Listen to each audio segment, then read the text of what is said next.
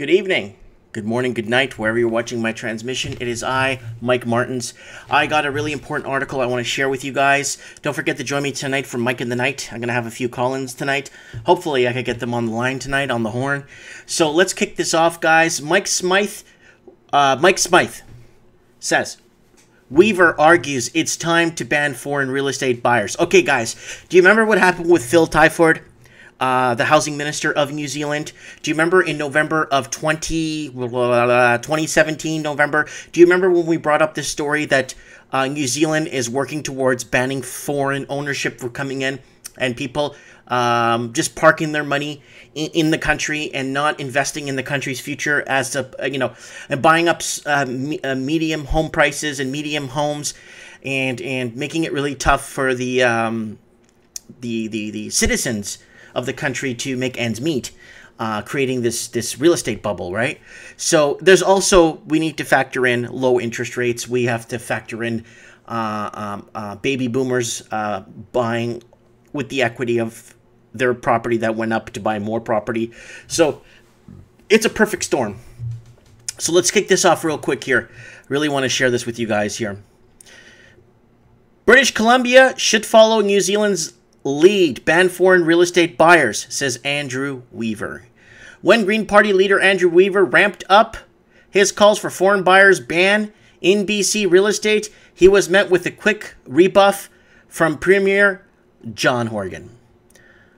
I'm a child of an immigrant, Horgan said, pointing to his Irish roots. BC is a gateway to Canada, and I don't believe we should be curbing people from coming here. For Weaver, the response was infuriating. We're not talking about immigrants or refugees, Weaver told me. We're talking about people sitting around in an office tower around the world who dump capital here as a safe haven to park their money. And that's what's been happening, people. It's been happening all along the west coast of the United States, too. Right from the top of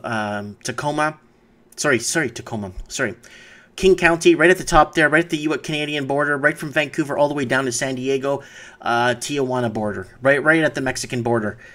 Despite the Premier says the problem is not about the people who are coming here. The problem is the people who are not coming here. The New Zealand brought in a ban. So remember, guys, Phil Tyford and the housing minister and the newly elected prime minister. She was elected into power. Her platform was housing, housing, housing, and more housing, and a lot more housing.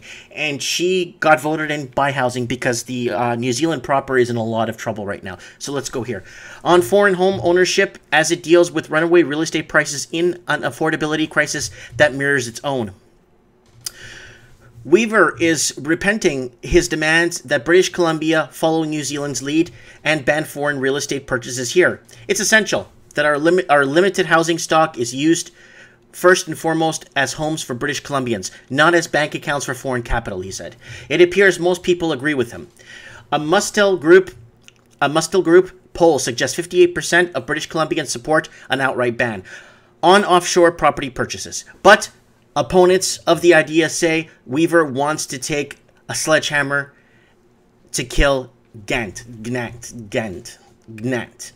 A bill piled on top of the new housing taxes misses the point, said Anne McMillan, president of the Urban Development Institute, who points to the new government statistics showing just 1% of real estate sales in Metro Vancouver to the Fraser Valley this year is involved with foreign nationals. That's this year because they introduced a foreign buyers tax 2 years ago, and they introduced a lot of other levies on that and vacant home tax. And if I was a foreign investor, I would not come to Vancouver. Definitely, if I was going to park my money, I'd probably park it somewhere else. You know what I'm saying? So if I had that many stringent laws and stuff in place to dissuade me from buying, I will definitely be dissuaded. By focusing on the 1% of real estate sales, we aren't addressing the issue of the 99% of the rest of British Columbians who need more homes, she said.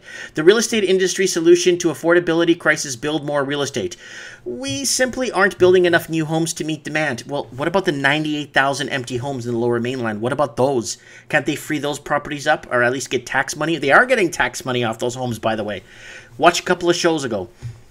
said McMillan, who's calling on government to allow higher housing density around public transit corridors and speed bump municipal building approvals. In some municipalities, it can take 5 years to approve a housing project. Weaver isn't opposed to building more homes to solve the housing crisis, but he also thinks the scale of foreign capital influence in the market is underreported. Oh, it severely is underreported. There are many loopholes to disguise the real owners of the property, he said, pointing to anonymous partnerships and numbered shell companies buying high-end properties. And not only high-end properties, but median entry homes that median entry families can't afford to buy anymore, right? He also points out the domino effect that even limited foreign capital can have on the wider market. An offshore buyer might purchase a high-end property and then previous owner is looking to buy a cheaper property in another community, driving up prices there, he said. That's exactly what's happening with the mass exodus of people leaving the city of Vancouver and moving east. So a lot of people are eastbound. So look what's happening in Kelowna. Benchmark housing prices in Kelowna, $640, $630. It's crazy. Look what's happening in Kamloops. Look what's happening in all these other cities. It's turning out to become a nightmare. Look at me. I moved to Merritt. You know, there's a couple of people in here that just hate me. They want me out of here. They don't like me, you know. Oh, another city folk coming up and this and that and moving to Merritt. We don't, you know, a lot of us don't, like, in this city I'm in, like, there's a lot of people that welcome me with open arms. And there's a lot of people that just don't want me here. You know what I'm saying? They spam me on the internet. They harass me and my wife. It's really bad. You know what I'm saying? A foreign buyer ban is not a radical concept, Weaver argues. Many jurisdictions are doing it, he said. Switzerland, for example, assigns quotas to the country's 26 cantons, limiting the number of residential properties sold to foreigners. Mexico restricts foreign purchases of coastal properties. Oh yeah, you can't buy coastal. You can't even buy inland. I try to buy in Taxco in Guerrero. Look on the map, Taxco. Look how far that is from the coast. I try to buy a house there. They told me no, because I was a foreigner. They wouldn't touch me. Australia complies with annual public report of foreign purchases and restricts them to newly built homes. Other countries have the same challenges we do, and they're getting on with doing something about it, Weaver said. In BC, though, the debate goes on.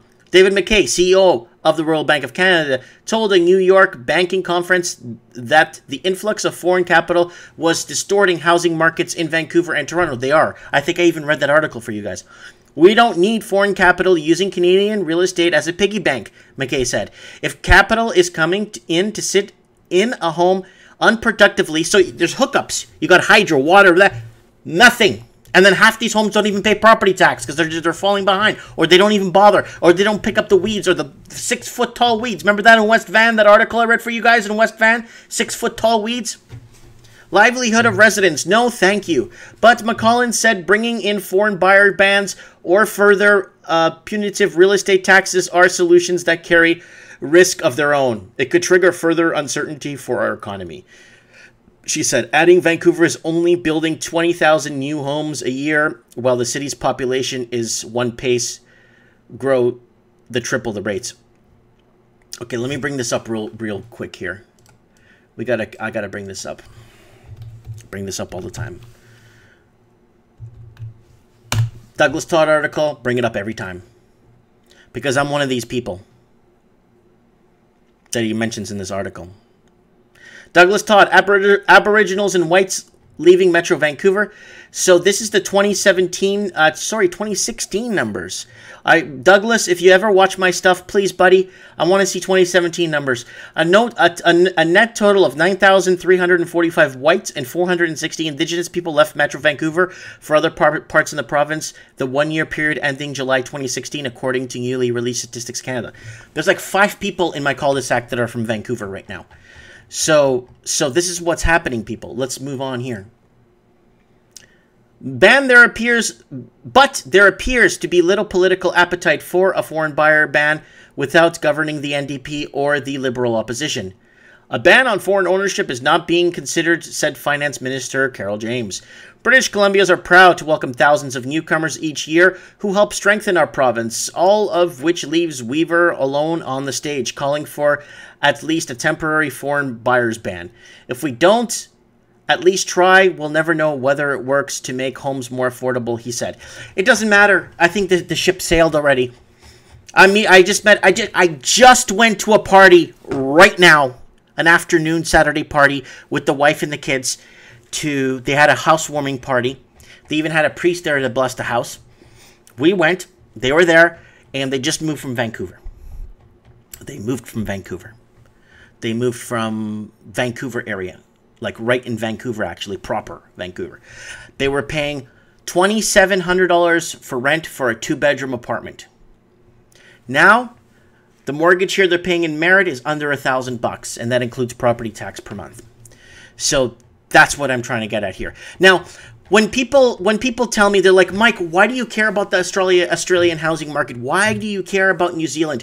Why do you care? Because it's a global thing, people. We are in a global problem. Because now New Zealand's trying something. Vancouver wants to try something. Toronto doesn't need to. Toronto's already down 40%. But there's other strategies that are in place. This is a global problem. If you connect the dots, you will see where it's headed. And this is a global crisis. Now, my question to you guys is, should BC put a ban on foreign buyers like New Zealand? Phil Twyford, I mean, they got voted in. That whole party got voted in for housing. Every political party that's going to be voted into Canada has nothing to do with jobs, labor force, has nothing to do with healthcare, education. That's in the back burner now because everyone running in politics right now, it's about housing and housing affordability. People aren't asking for free houses. People are asking not to pay 70% of their income to cover their rent. And they don't even own the damn place.